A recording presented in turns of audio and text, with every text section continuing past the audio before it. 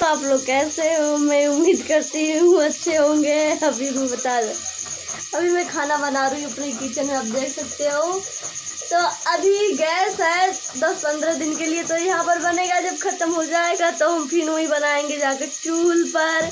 तो अच्छा वीडियो वहीं पर शूट कर लेंगे। यहाँ पर तो शूट नहीं कर पाते क्योंकि यहाँ पर अंधेरा अंधेरा रहता है सुबह के टाइम में, इसलिए हम बाहर शूट करते हैं। अभी देखिए सब्जी बना रहे हैं, चावल दाल दीदी बना दी हैं और दीदी मसाला पीस रही हैं। तो प्लीज़ आप लोग हमारा वीडियो देखिए, और ना देखने का मन करे तो भी ना देखिए, कोई बात नहीं थी।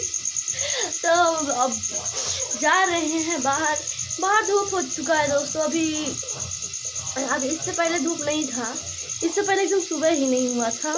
अब तो भी सुबह हो रहा है, थोड़ा थोड़ा थोड़ा सुबह होने लगा है। आपको हम धूप का नज़ारा दिखा सकते हैं।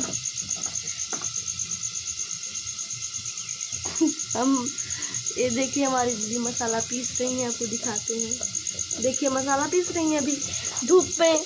तो प्लीज़ दोस्तों आप लोग जाइए अपना काम कीजिए। Thank you.